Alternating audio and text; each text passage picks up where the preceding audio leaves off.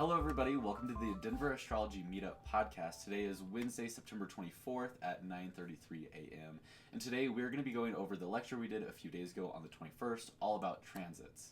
My name is Zane Neville. I am a Libra Sun, Gemini Moon, Pisces Rising, and Libra Mercury. I go by he, him pronouns. Hi, I'm Rosalie. I use they, them pronouns. I'm a Virgo Sun, Mercury, Aquarius Rising, and Sagittarius Moon. I am a astrologer, occultist, as well as body piercer and tattoo apprentice. And hello, my name is Bren. I use they, them pronouns. I am a Pisces Sun, Aries Moon, Aries Rising, and Aquarius Mercury. And I am also a professional astrologer, card reader, and professional pole dance instructor. Beautiful. Yay. Cool. Well, I'm excited we're all meeting together to go over the lecture we did a few days ago. It was an intermediate class on transits, meaning that we touched upon some beginner fundamental things but didn't really expand on them. So in today's podcast, we're going to be quickly going over everything we talked about, and we will be providing charts and slides, but we'll spend most of our time just explaining some of the examples that we had, as well as going through like some personal just examples that pop up in our own life. Mm-hmm. Mm-hmm. Cool. How we just use those things as astrologers doing this all the time. Yeah, right. So just some reminders, we do have timestamps below if you want to like skip through the video or just see where you're at. And also just some disclaimers. Everything with these astrology interpretations are for entertainment purposes only, so we're not reliable for any decisions you make after this video. Also, we have received consent from all the charts that you will see today. And all these discussions are supposed to be inclusive and not judgmental or hateful. So just keep that in mind while you interact with us or any astrologer or literally anyone. Mm-hmm. Cool. Without further ado, let's get started. Yeah, let's get into it. So the first section, we're going to be going over some pagan holidays, as well as Astro Weather, and then the tarot for Libra season. Fall equinox represents what is called Mabon in pagan holidays. It is the second out of 3 harvest seasons. The first one in August, that is your wheat, your grain, your breads. The harvest season, Mabon, in September is your fruits, vines, and vegetables. And then the last one, which is Samhain, which is around Halloween, that's your meats and like late vegetables. But for Mabon in September, the way you can kind of tap into that energy is just eating some fruits, vegetables, maybe drinking some wine, just really enjoying the fruit and the food around you. Not just eating to eat, but just to eat to actually enjoy and be in the moment. You can also just acknowledge your abundance in life. What have you really collected over the past few months, over the past season? It doesn't have to just be food, but energy, people, items around you. What have you really collected? Just acknowledge that and give thanks to your abundance. Finishing off with the Mabon pagan holiday stuff. So we're kind of entering the dark season. We just had the fall equinox, so now we are going into the darker half of the wheel. But the long night isn't here yet. The long night is in like the Samhain area in Halloween, where you walk outside and it's pitch black at 4 p.m. So yes, the days are getting shorter, but we still have a lot of light to work with until the Halloween area. So just get outside, go enjoy the light before it's actually gone. And during this time, mentally prepare yourself for the long night. Right now, we're welcoming death. Death hasn't arrived yet, so we have a little bit of time before we step into that territory. And from there, we're going to talk about the tarot of Libra season, since we are now in Libra season, the sign of relationships and harmony and balance. You know, it does open up the second half of the year, which is like, you know, the day and night is equal now. That's very Libra, which is like the equality sign. So the tarot card that's associated with Libra is Justice, you know, the person with the sword, and then also the scales that balance things out. So the scales of justice, maybe now's the time to bring things into balance. A great time to just realize in your relationships, like, what kind of balance is there? Do some things need to come back into balance? That's kind of what Justice talks about. Libra is also ruled by the planet Venus, as we know, and the planet of love, beauty, and all things wonderful. And that is associated with the tarot card, the Empress. You know, this lovely woman on a throne, pregnant with lots of abundance around you. So like Zane was talking about with Mabon, like really enjoying the fruits of our harvest is a great thing to be doing during this season. Additionally, we have 3 minor arcana that are also associated with Libra, which is the 2, 3, and 4 of swords. And just to explain really quick too, before we move on with the tarot thing, the reason why the 2, 3, and 4 of swords is associated associated with Libra is because that's the air element swords. So, and Libra is the cardinal sign of all of the air signs. So the first three numbers, the 2, 3, and 4 of the whole suit is going to be associated with Libra. Aces don't necessarily count because aces are separate from that. So What do you think the story is of those 3 cards, like in a line, the 2, 3, and 4? I love that you asked that question. So I like to associate it with, the example that I gave was like with the Empress, you know, there's this pregnant person, right? So that 2 of Swords is the first moment of that person like deciding, okay, I'm going to get pregnant, you know, and you have to balance like, you know, what do we need? Like, are we ready? You know, just making decisions about that. Then the 3 of Swords, I kind of see it as the labor or the heartbreak. It's the heartbreak card, I guess. So it's kind of like the hardship that comes from love, you know, the grief that comes, you know, that's the cost of love at some points, you know, so that laboring. But then the 4 of Swords is the rest. So, you know, again, if you've been through labor, you're going to have some rest. You're not going to ask a pregnant person to do a full 12-hour shift. You know what I mean? So I think of Swords as, that mental energy. So it is also very relational as Libra. So you can't really do that alone, even though they're solitary cards in a lot of ways. Cool. Any other additions? If you want the traditional, like, medieval imagery storyline of it, but it's way less. Ooh, I've never heard that. It's pretty much just, like, the first decan is, like, yo, the British are coming. Like, social injustice is happening. We have to do something about it. Like, what are we going to do about it? It's the vocalization of inequality, imbalance, of things not being in that tandem realm. And then in that middle decan, you get that double Saturn realm. So it's just, you have this chain-linked bond, right? What does it take to break that? What does it take to break a contract? What are the repercussions? What are the liabilities? What are the fees you have to pay? The penalties that you have?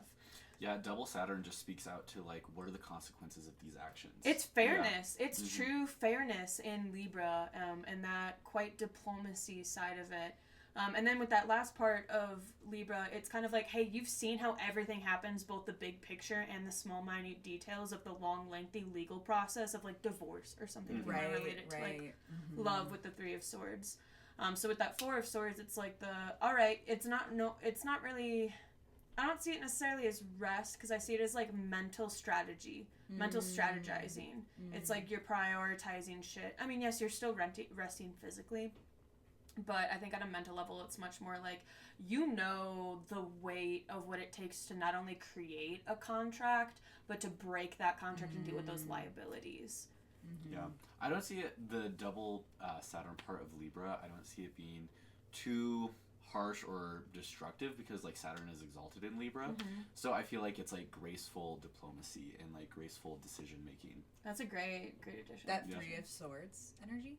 Or just the decans itself? Well, like, just the decans, but if we apply the 3 of Swords teaching in it, it's like understanding and approaching either a hard truth or a hard decision, but knowing it's for the greater good. Well, and I do like to think of, like, scar tissue too. Like, you know, those swords are literally stabbing the heart, but if you take them out and it heals, the scar tissue is actually stronger than the original skin tissue itself. I get to tell people about that all the time, because sometimes people are like, I'm getting this re-pierced, is it going to hurt more? And I'm like, it's a kind of a 50-50. Your body is going to heal thicker skin, yes, and thicker skin might be, it's a little suckier to get through. But that thicker skin might not have regenerated nerves, so, like, you might not feel it as much. Well, so, like, during the meetup, we had talked about the 3 of Swords a little bit, and I had mentioned that, like, when this comes up in tarot readings, people are like, oh my god, I'm going to get my heart broken. And it's like, that's not always the case. It's more so, like, what are the scars that you're carrying with you from previous experiences? It's kind of like, what's the heartbreak baggage that you're bringing into the picture? Well, and then we have to talk about, too, like, how Saturn's is exalted in Libra. Like, it loves being there, so it is that justice that comes through that structure and rules. You know, we have better relationships when we have boundaries and expectations rather than just, like, willy-nilly. Hell fucking yeah. Beautifully fucking said. Thanks. Well, do we transition to the Astro Weather? Sure. So there's a lot that goes on in the shit show of between now and our next meetup. A lot of stuff in early October. Really, that first week of October is pretty intense. So we started off with, we filmed on the eclipse day. So we filmed on the 21st. Then the day after that, on the 22nd, Mars moved into Scorpio. It's homeland, it's home turf, right? So Mars in Scorpio is a little bit different than Aries. I've heard it described as like a flamethrower versus a sniper rifle before. I do see like Mars in Scorpio land is I picture like Men in Black, you know, like all of the like weird rooms that you don't even know what's in them, what kind of like shit is happening in that organization. You have to have like different levels of security and clearance in order to even understand those things. Like that's where my brain works. For me, it's like a chess game. Like Mars and Scorpio, it's very much like strategic war and like because it's about survival. Your life is on the line all of the time. Yeah. And that's just pretty intense. But then after that, on October 1st, we get Mercury squaring Jupiter, which adds a lot more kind of like confuckleness energy into the mix. Just because Mercury and Jupiter don't like getting along, and when you have like a square with them, it's a little tense, and they're both in cardinal signs right now, so they both want to initiate things. So sometimes it's the things that you want to initiate, you see too many possibilities, and you're getting stuck in like the big picture, but also the details, and it's like, okay, you're not like balancing this the way that necessarily needs to be balanced. Like, yes, it's good to have both the big picture and the small details all at once, but the way that you're doing it's a little bit too chaotic, and I think that's what life's telling us. Would you say during that transit, like something to look out for is over communication? No, I think it's over nurturement of self. Like, if you baby yourself too much, and you're like, oh, it's fine, like, I'm still learning, like, to an extent, yes, but I feel like, because Mercury's in that Libra energy, no? Yeah.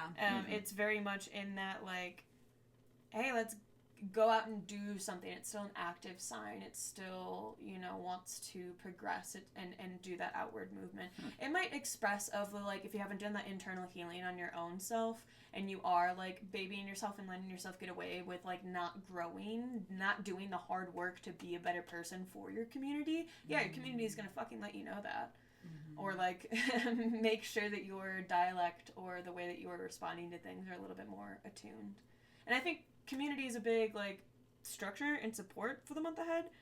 But we'll get into that when we talk about the benefics. But before that, we get October 6th, full moon in Aries. Which, Bren, you actually had shared some full moon, in Aries. Some really good insight for, I wasn't sure if you wanted to also. Oh, yeah, I would love to share that really quick. So just. It's okay, we'll share the cat. Yes. This is oracle pronouns. Oh, meow. Oracle's a cow. Meow. Meow. So anyway, whenever we have a full moon, we can't ignore the other sign. This is a sibling sign kind of relationship. So to have a full moon in Aries, that means the sun has to be in its sibling sign of Libra. So this is really about that push and pull of that Libra energy of relationships, sharing, and then that Aries energy as well, which is more about the individual needs and things like that. So I would say that this Aries full moon might really illuminate for us ways that we need to advocate for ourselves, maybe state our needs more to have stronger relationships. Kind of going back to that Three of Swords energy of, like, Saturn, like, we need boundaries to have healthy relationships. And, asking for what you need is necessary. We need that balance of Aries. If we have too much Aries energy, that's too selfish. But if we have too much Libra energy, that's too much indecisiveness. So it's really about finding that push and pull balance of, like, what do we need to say to get our needs met, to keep the peace in the longer run, instead of keeping silent and then just letting that bottle up and have resentment and then cause issues later. I've always had fun with this full moon because it feels very much like a tennis match, because with the Aries energy, it is very fiery and hot, but there's this fun game with Libra of, like, passing it back and forth. And so, like, whatever you do that night, if you're around people, it's a very fun game of, like, us all interacting together and sharing that energy. Yeah. And this full moon will be at 14 degrees of Aries, correct? Yes. So if you have 14 degrees of cardinal signs, this might impact you the most.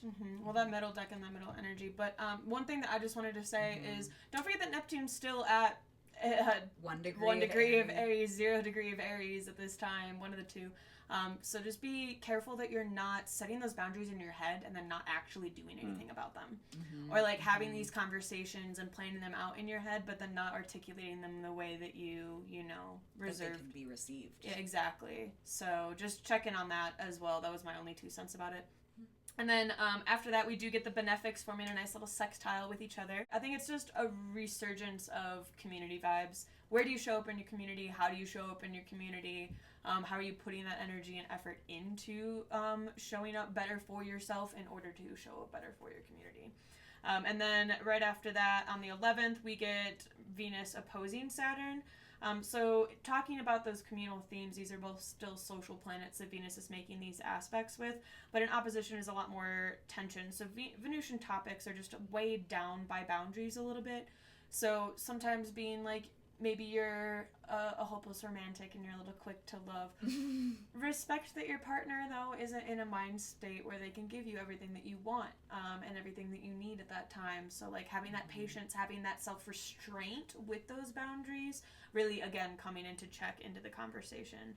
And then on the 13th, Venus will ingress into its home sign of Libra, which will be a nice, sweet sigh of relief. But I feel like it's a lot of talking about those social injustices that are happening as soon as, because it's that first decan to be like, hey, we ain't being really communal on like a broader structure level, and as much as especially with Pluto and Aquarius, it's like those things are going to be activated, those themes. Oh, because it's an immediate trying to those things as well. I didn't do outer planet things in this. I'm excited for Venus in Libra though, because Mars just transited through Libra, which is in its detriment. And so, during this transit, it could pop up in a multitude of ways for people, but mainly it's like there's a struggle of energy within that Libra house in your chart, and then now Venus is coming in, empowering that part of your chart. Well, and I really like whenever, like, Mars starts something, Mars is the severing, so it's getting rid of whatever things need to go in that area of Libra, and then when Venus comes later, it can kind of be the balm of, like, okay, this is what we can now, sweeten the deal, and things don't have to be so harsh. Yeah, I like it. I'm hoping. I'm an optimist. No, that's how I feel about it.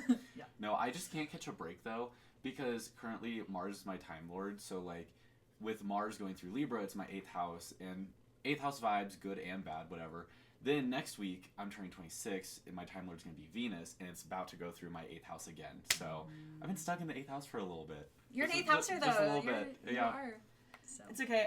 That's a great actual segue to some of the things that we'll be discussing in this presentation, if you would want to dive in. Sure. Yeah, we can go ahead and get into it. So just a little recap. What we went over on Sunday at the lecture was transits and different techniques that you can use to predict while reading for somebody. And so the way that this is going to go today is first we're going to talk about what even are transits. What does that term mean? We're going to talk about how we can apply it to the mundane astrology versus personal. Then we're going to get into activations, which this section, the activation section, is just a crash course. We went over it very quickly in the lecture, and today, since it's a summary, we're going to be even quicker, very brief, very not getting too into it. Then we're going to talk about example charts, the difference between electing and like predicting for people, a couple tips and tricks. And then at the lecture, we did do a couple live chart readings.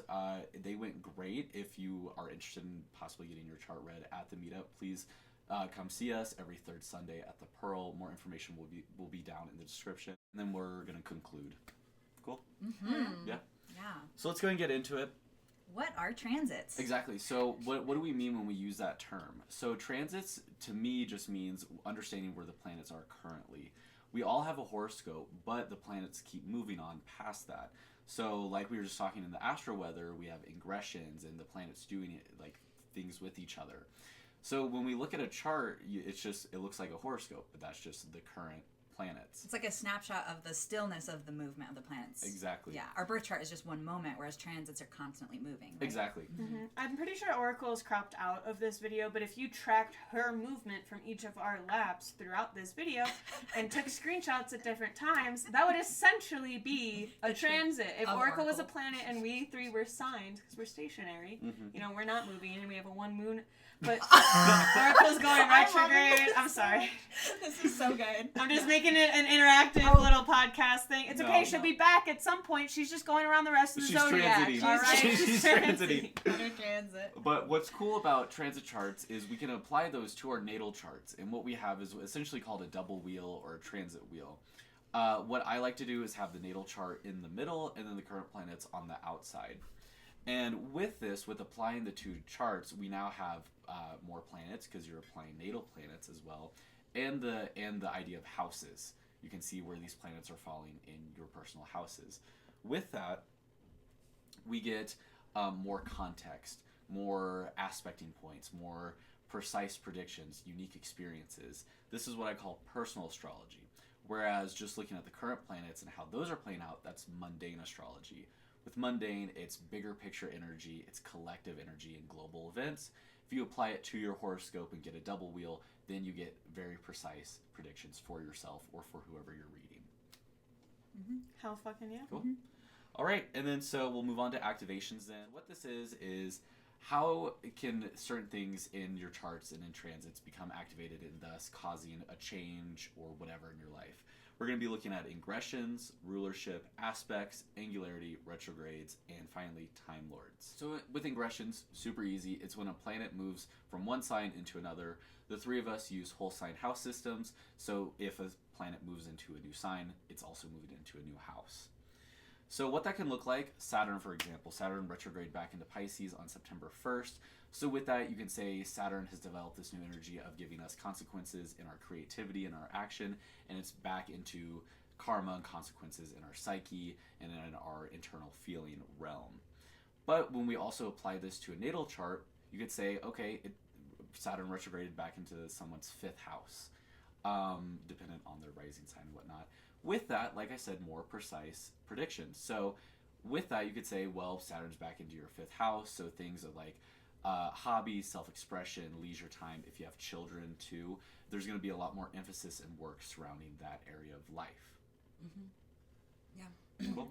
Just because Saturn is the planet of structure and boundaries, things like that. 5th house is all of those topics that we're talking about, the kids and those themes. Exactly. Mm-hmm. So when you're using a double wheel and you're tracking ingressions with planets, you're also able to see what house is it going into and how it'll affect that person using the themes of the 12 houses. Mm-hmm. Mm-hmm. Cool? Mm-hmm. Yep.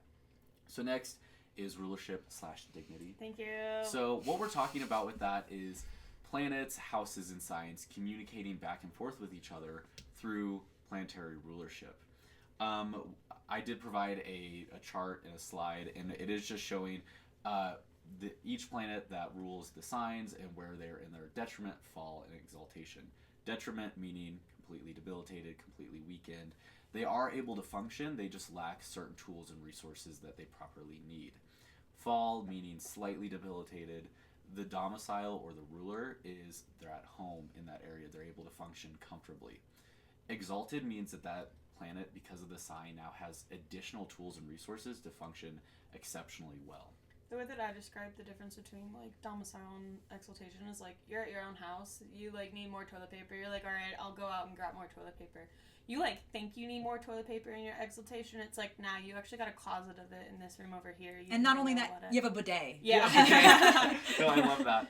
I mean, if we think about it as in like tools, let's say a planet in its domicile has a axe that's going to be used to chop a tree. In its detriment, you lose the axe. Now you just have your hands. In exaltation, you have a chainsaw. Yeah. Yeah. And so how can this appear in people's charts? Well, starting off, currently we have Jupiter in Cancer, which is ruled by the moon. So in the sky, wherever the moon is, whatever the moon touches, it's bringing a little bit of Jupiter with it.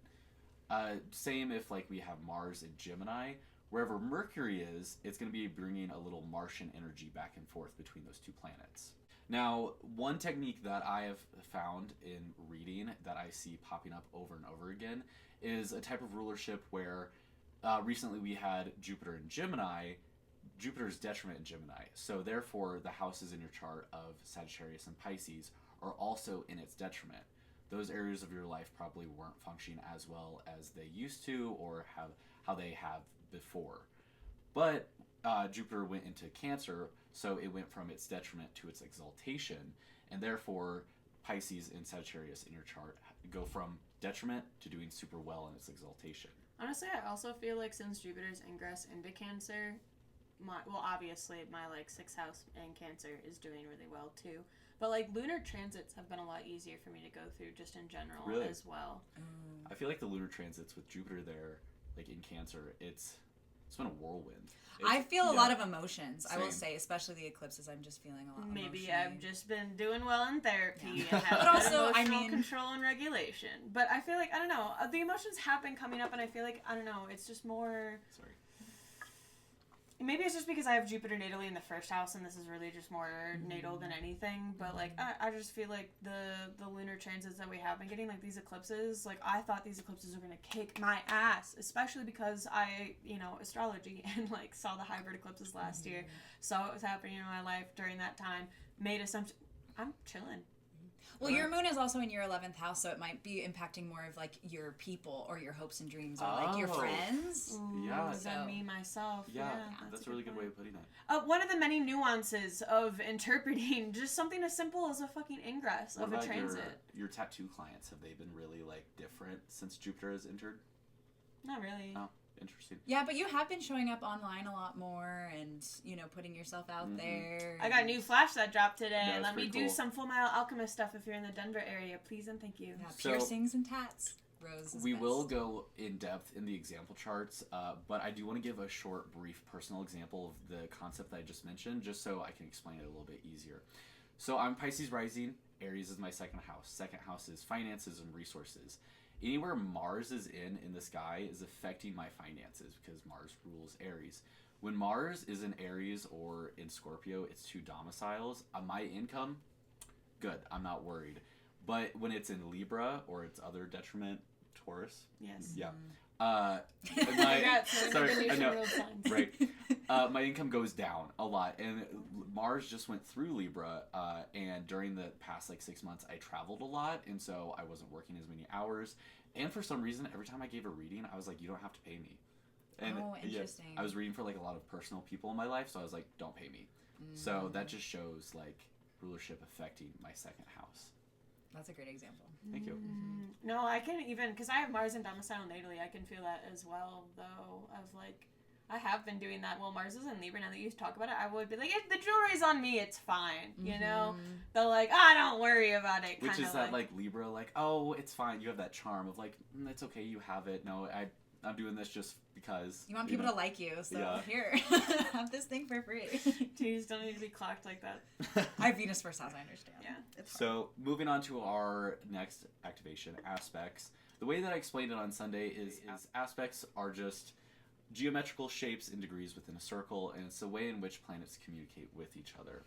And then we went over all the different aspects, your trine, sextile, opposition, square, and conjunction. Trine and sextile, those are your supportive aspects.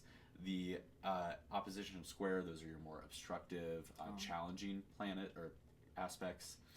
Even though they're called challenging, there's still a lot of good that can come out of an opposition or square. You're just going to have to go through some obstacles to get to that good, rich change. Well, and I said this in the meetup, and I have to just explain, just because there's an easy aspect does not mean that it's going to feel easy. Just because two planets are working really well together, maybe it's Aries fire trining, Leo fire, they get along elementally, but maybe it just amplifies things and makes things more dramatic and loud and selfish. Yeah, maybe it's a Mars and Jupiter trying. Yeah, it's just too much. Exactly. Whereas squares, at least for me, I actually really like squares a lot because it's this is encouraging me to grow. This is something that, you have to work for, but the rewards can be bigger too. Right. It's all about how you approach the conflict, because a square can show up, like you said, as an opportunity for change or growth. To some people, the challenge could be just another bad day. Yeah.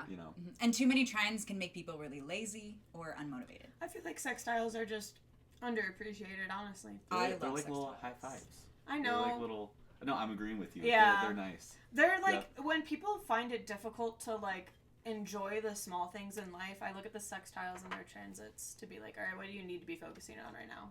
What is the small little things that are naturally happening to you in your everyday life that you're just not? I mean, we all do it. Take it for granted. So the way that aspects can show up in transit readings is a few different ways.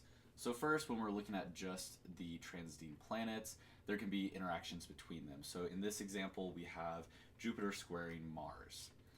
That is just between two planets on just the transit wheel. Another thing that we could have happen is on a transit wheel is adding an additional planet. So in this case, it is Jupiter squaring Mars while also sextiling Mercury. This is what I like to call two different layers. One planet is interacting with two different planets at the same time. Now, if we apply a double wheel or a transit wheel on top of someone's natal chart, aspects can appear as a transiting planet aspecting a natal planet and a transiting planet at the same time. So in this chart, we have Mars transiting through Capricorn, trining the natal Jupiter and trining the transiting Jupiter. But also notice how the two Jupiters are conjunct. This person was going through their Jupiter return while also experiencing a trine from Mars and Capricorn. That is a couple different layers happening at once. But the question is, what if we throw like 3, 4, 5 layers on top of the mix? How can that look? Well, now we have this chart, which multiple things are happening. The person is going through their Saturn return. That Saturn return is trining the Sun and sextiling Mars. We also have the transiting moon conjoining transiting nodes, while also sextiling a Jupiter conjunct the moon transit. So as you can see, it was a little hard to explain, but as you can see, a lot of different things are happening at once. And with all these layers compiling, we're getting into something that I like to call windows versus fate. So with a window, it's just with a couple layers, the astrology around us can cause a window of opportunity. It just is dependent on the actions we take to reach that energy. Whereas when you have 4, 5, 6 layers all compiling on top of each other, we're leaning more into fate, where these things will happen either through us or around us, even if we're not aware of it. So yes, something can happen in astrology, but you might need to take the appropriate actions in order to activate that energy. Whereas other times in life, things are going to happen to you whether you're aware of it or not. Mm-hmm. Great explanation. Cool, thanks. I always want to be explaining to people free will versus fate in astrology, and that was a great explanation. Well, thank you. They go hand in hand. You can't Yeah. have one without the other, you know? Like, yes, you have opportunities granted to you at certain times, but other times, nothing's going to change. You're fucked either way. Yeah. Well, like, I've had people be like, well, if astrology isn't real, or if astrology is real, then why hasn't, like, this certain stuff happened to me? And it's like, well, have you just been lazy? You know, have you just been not doing anything? But that's why it's important to meet with an astrologer, because we can take a look at your natal chart and be like, hey, you might be lazy in these areas. If you do more action in those areas, your life might actually change. Yeah, definitely.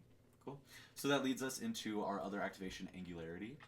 Yeah, so it's essentially just things on the angles are going to be their most prominent. They're going to be their most good at doing shit, right? I threw up a classic Ptolemy quote here, but essentially this is just a photo showing the general angularity of all the houses.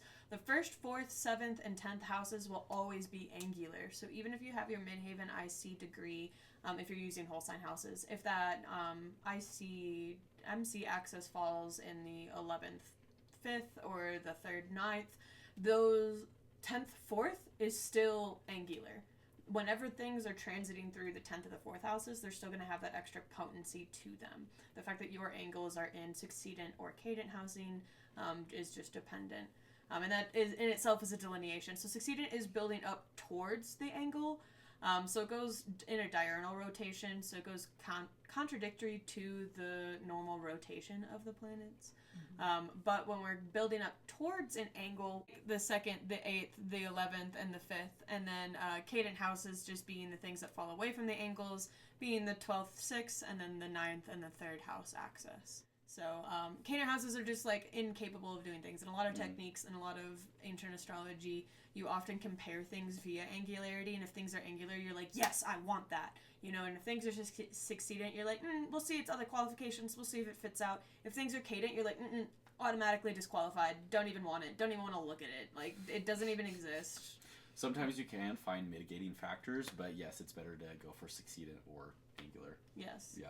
Especially if you're like trying to do like a prediction or like electing or trying to look at beneficial transits. Like if you're pulling transits that yes are beneficial, but it's all happening in cadent houses, it might not be fully capable of doing what you predict it might need to do. Or it just might happen on a much smaller level compared to what you had thought would happen.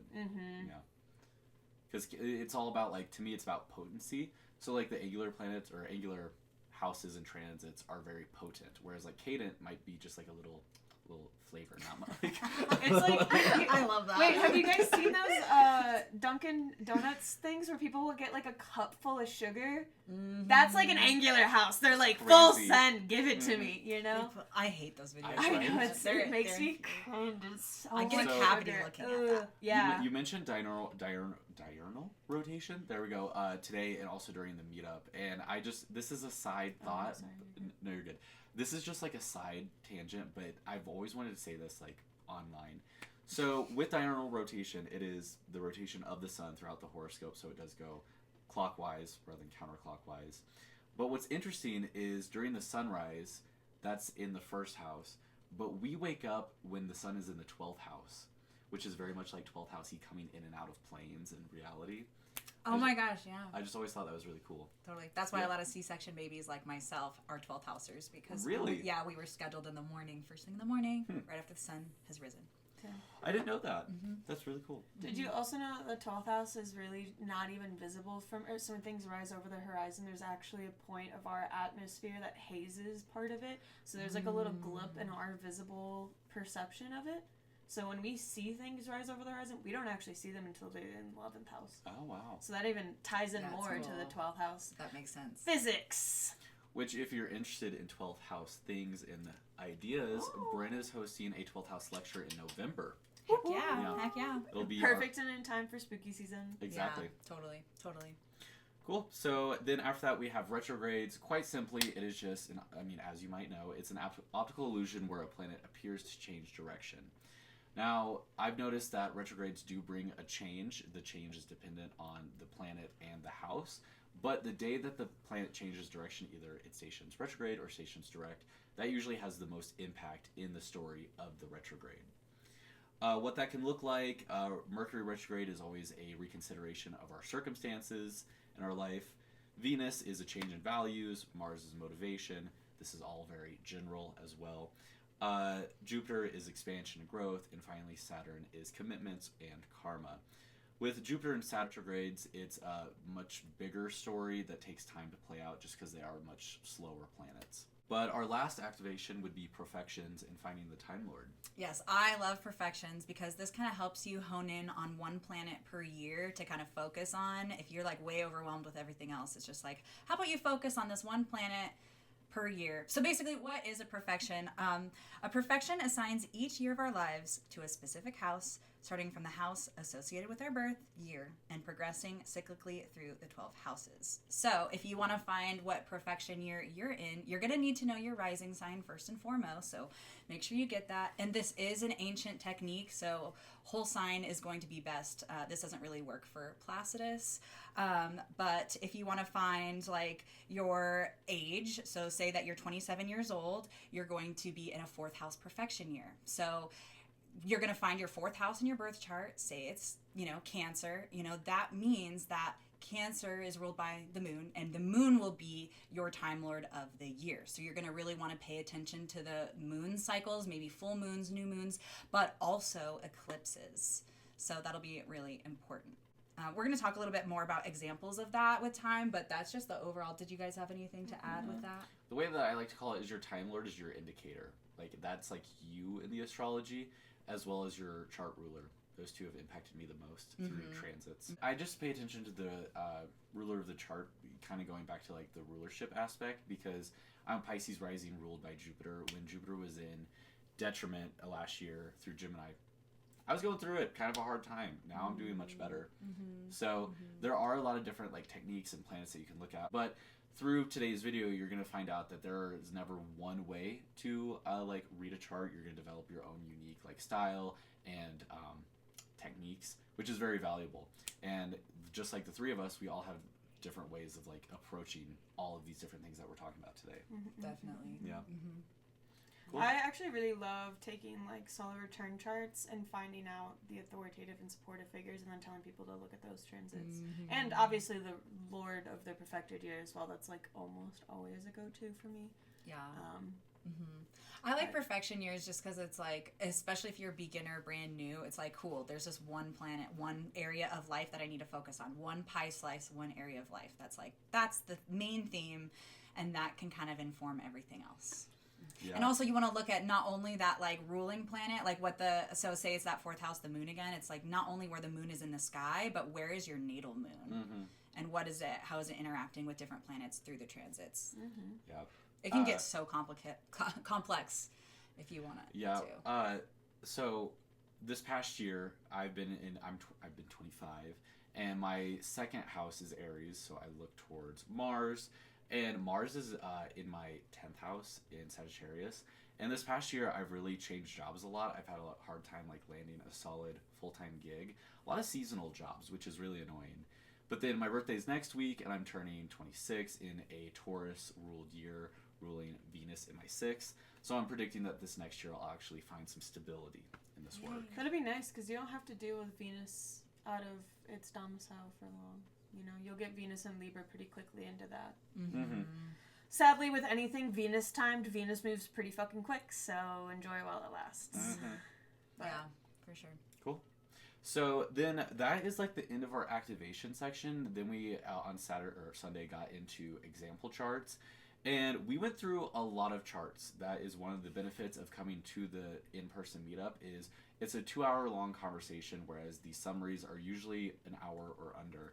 So today we're really only going to talk about 2 or 3, and then also talk about some personal examples or stories that we want to share. Also, if you're like a professional astrologer, have things to add to the conversation, please come. Or if you're a newbie and like really want to ask more active questions that can't really be answered through the podcast, please come. We want to see you there. Yeah, of course. So the first one we're going to go over is an example with ingressions and rulership. With this chart, I walked into the reading and asked some questions about Jupiter and Taurus. They're Scorpio rising, so this was activating their 7th house, transiting through their 7th house. That's angular, and I wanted to see how that angularity really played out for them with Jupiter. Well, first of all, Jupiter, expansion, growth, it's in their 7th house of relationships. So I asked if they were like interacting with a lot more people and if they had gotten into a relationship during that time. Both those questions were answered with yes, that is exactly what happened. But then while my client was talking, they were also talking about during this time, they made a lot more money, and they were also chasing their dreams. Like they were like taking certain college classes that they just randomly signed up for because it fit within a hobby of theirs. To me, this made sense because Jupiter ruled their 2nd and 5th house, their 2nd house being Sagittarius, their 5th house being Pisces. And with its ruler, Jupiter, in angularity for them, it was much more potent. Now, Jupiter doesn't have any dignity inside of Taurus. It's not exalted or in its domicile. However, I like Jupiter in Taurus. It's stable, it's very rich, it's very nurturing. And so there's obviously a lot of power there for them. Now, with this example, I talked about Jupiter ingressing into Gemini for them. That is Jupiter going into its detriment. It's Jupiter going into their 8th house. Shared resources, the partner's income, debt, inheritance. They reported during this time they lost all of their savings, and a lot of their like dreams were crushed. That class that they took ended up not leading to anything. They got rejected from a potential job, and they got out of their relationship, and like I said, they were pretty much broke, depleted their savings. Again, this makes sense because remember, Jupiter rules their 2nd house and 5th house, and now that ruler is in its detriment. So theoretically, that 2nd house and 5th house is not functioning well at all. And with this case, it exactly played out like that. The way that I like to see it is picture each house as its own engine, its own functioning, living thing. And the gear that engine is in is dependent on where in the sky its ruler is at. So like I said, Aries, if Mars is in Capricorn, you're like going fast, you're doing extremely well. But then when Mars goes into Taurus, for example, now you're kind of at like a stop. That engine is no longer really functioning that well.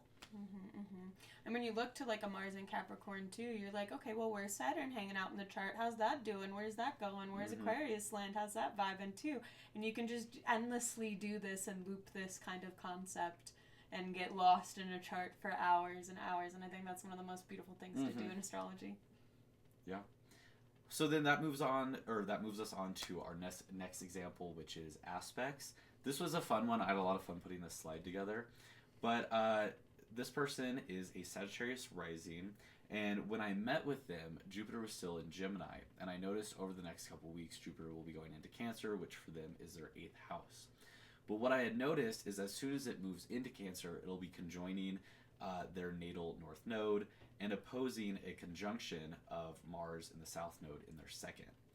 And I already knew this was probably going to be like a powerful aspect for them. The nodes in the 8th house traditionally have like more of a negative reputation. However, Jupiter is exalted in Cancer, and Mars, their natal Mars, is exalted in Capricorn in their second house. So because of this exaltation, I had a feeling that it was going to go rather well, rather than leading into the negative nodes and 8th house vibes and all of that. I simply said more money will be coming your way, you'll be getting a bigger income, and that is kind of like a big prediction. You don't want to just be predicting big things if you don't really have a lot of support behind you. With that being said, I wanted to look for additional support. What I had noticed was that at that time, transiting Mars was going into Virgo, which for this person is angular for them, and making a lovely exact trine with that natal Mars conjunct South Node in Capricorn. So I had a feeling that there was going to be like a lot of confrontation, them being assertive. I had a feeling that I am going to say demanding, but kind of in a good way. Like they have reason and validation to be demanding. About a month later, my client came back to me and reported that during this time, they just woke up and felt the need to ask for a raise. And they had been doing so well with their projects at work that the boss was like, yeah, you deserve it. Here you go. But tell the whole story. They were like well articulated and like showed up with like, here's all the work that I did in all of these projects, and this is why I deserve a raise. Like they put the work into it too. That's the and their chart shows that. Oh yeah, it's the Mars exalted conjunct the South Node. It's like, I'm a good worker. I have all this proof right here. These previous projects, I'm presenting them to you and telling you that I need a raise. And of course, the boss said yes. Hell fucking yeah. Yeah. So just for example charts, that's all that we're going to go over today from the presentation, but do either of you guys have anything to share or... Well, I wanted to share my example for the go. Perfection, just because that was like a personal example, and they were both mercurial years that I covered. So Perfection years, we covered a 3rd house Perfection year, which for me is a Gemini year. Gemini rules Mercury, or is it vice versa? I always get confused. Mercury rules Gemini, right? So my personal Mercury's in the 11th house of hopes and dreams, things like that, and then the specific date that I used, this was the day that I came out as trans, that I like realized that I was transgender, and this was April 23rd, 2022, and the only reason I remember that is because it's my brother's birthday. Siblings are ruled by that 3rd house, so that was very obvious that 3rd house was activated, and then not only that, but also Mercury was in the 2nd house for me, which was all about your values and things like that, and that was directly in relationship squaring not only my natal Mercury, but also my natal Uranus, which is like sudden changes, things like that. So it was just like a very sudden change about how I viewed my body and my values and things like that in a sibling year, which was kind of interesting, or 3rd house Perfection year. And that appeared differently. Now I'm 29 years old, so I'm still in a mercurial year because it's in my 6th house, and that is ruled by Virgo. Or vice versa, or anyway, I keep getting these mixed up, but that's also a mercurial year. And so the example that I gave for this session was that it's 6th house. That's very work oriented, things like that. And the date I gave was actually earlier this year, which was 20th of July 2025, which was the first day that Zane entered the scene with us, and it was also during a Mercury retrograde in Leo. So it was very Uranian, very, very tense moment. But it was a beautiful new beginning, but it was a little stressful for me. So would you say that day was Work-wise. kind of like a change in communication at work? Yes. Okay, cool. Entirely. Yeah, because during the meetup, you like said this was the day that I presented for the first time, and then you're like, it was a bad morning. I felt so bad. It wasn't because of you. It was just because there was a lot of change all at once. Yeah. And also personal stuff. There was like, again, it's all tied together. I understood what you meant. It just came out in a funny way. Zane is wonderful. I'm so grateful for Zane to be part of this group. Rosalie will say the same. We're much better as a trio for sure. Yeah. The more the brains, the better. But those are just some examples of how you can kind of see like specific transits and dates kind of impacting your Perfection years if you want to check that out. Yeah. Kind of another personal example on my end. Like I mentioned a couple times, my current Time Lord is Mars, and it just went through Libra, my 8th house, and during that time, everything around me felt mysterious, like that 8th house vibe. Anytime I leaned into the mystery, I got rewarded. The example I use is I went out to the bar a couple times with sunglasses on, and people ate it up. It was crazy.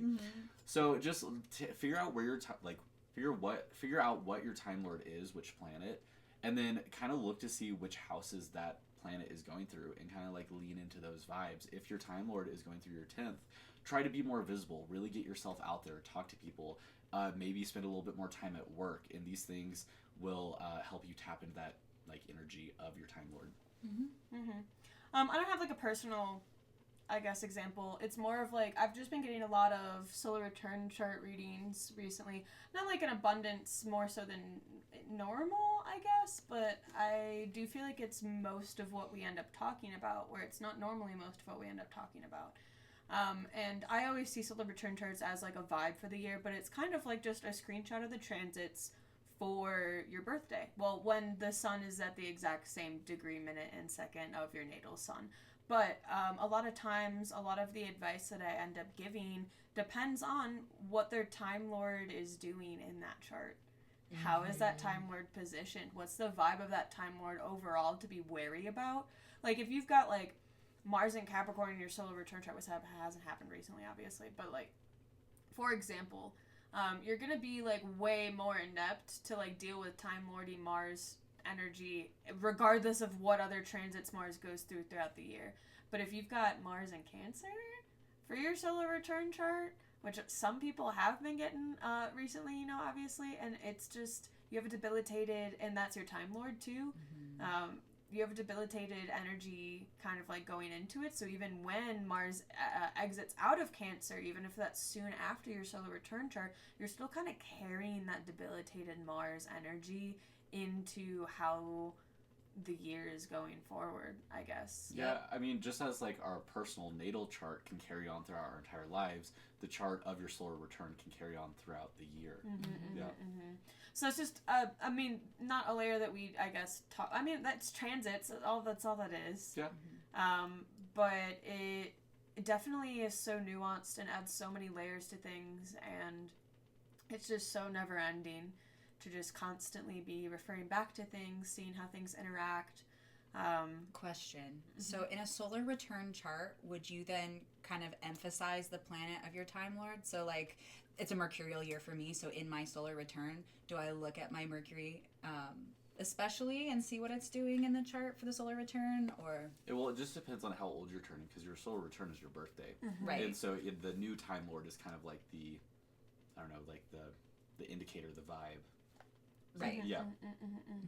Well, the whole solar return chart's really just like the indicator, the vibe. Yeah. So like it's like the indicator, the vibe of the indicator, the vibe. So it's just kind of like vibeception, I guess. Vibeception. I love it, Yeah. But it really allows you to make more nuanced delineations, even if you are just talking about somebody's like Time Lord in a reading. If you like just peep at their solar return chart real quick, even if you don't necessarily look at it, just be like, oh, okay, that's just debilitated as fuck, or like that shit's opposing Saturn and conjunct Mars at the same time. That does not look fun, you know? Like Before we leave the example charts, did you want to go over your Angularity chart? Or, I mean, that's up to you. No? Okay. I guess that's just something you could have seen at the in-person event, you know? You should come to the next one. Which is, amazingly... Oh, the Hermetic Lots on October 18th. Somebody date check me on this. It is... It's October 19th. October 19th. Close. From so 2:30 close. to 4:30 One day p.m. off. At the Pearl in Denver, Colorado. If you are not local, though, you can always look forward to our podcast post the event topic. It's not, the Hermetic Lots can be used in so many different things, and there's so many of them, and I think that they're just another really good, useful tool. Not everybody will, you know, utilize them, but I think it's also fun to be like, oh, there's a second ascendant in medieval astrology? Like, what does that mean? Yeah. Well, and different lots can mean different things, too. So, like, there's, like, a lot of fame. So if you're really interested in being famous, like, look at that lot and see what your potential for that is. Oh, you know how there's, like, millions of asteroids? There's... So many. There's jokes that, like, there's a million new lots a day. Yeah. I heard that there's even a lot for, like, beans. If you're, like, if you're growing beans! If you're growing beans, there's a lot of beans. So, yes, a bunch of different lots, but there are a select few very important lots that I'm assuming you're going to go over. We'll just go over the 7 visible planetary lots. So each planet has a lot. So lots are essentially just calculations. And that's why you have so many nuances. Because you can calculate, like, the lot of Black Moon Lilith and Uranus to calculate when you trans riot the most in your life. I don't know. Or, like, how you show up in trans. It could be the riot lot. The equality riot lot. And if you're a beginner and you're like, what the heck is any of this stuff? The most typical lot that you might see on like any birth chart is the lot of fortune. And that's a calculation between the sun, the moon, and the ascendant. So it kind of combines all 3 elements of like your most quote unquote important, don't hate me, but most important placements, you know, your sun, moon, and rising, whatever, and kind of puts it all in one calculation to tell you where like your fortune might be found. With that. Yeah, and or your second ascendant, whatever. There's a lot to learn with it. A lot to learn? There's a lot to learn with that, and we will definitely be going over it in depth next month, and I'm looking forward to it. Thank you all so much for listening to our video podcast today. We all, as we know, are professional astrologers, so if you want to book with any one of us for a one-on-one professional consultation, please check out the show notes. That's where you can find each of us individually. My name is Bren. I'm Zane. And I'm Rose. And this is Oracle. And we're the Denver Astro Meetup. Thanks for joining us. Thanks, guys. Thanks, bye.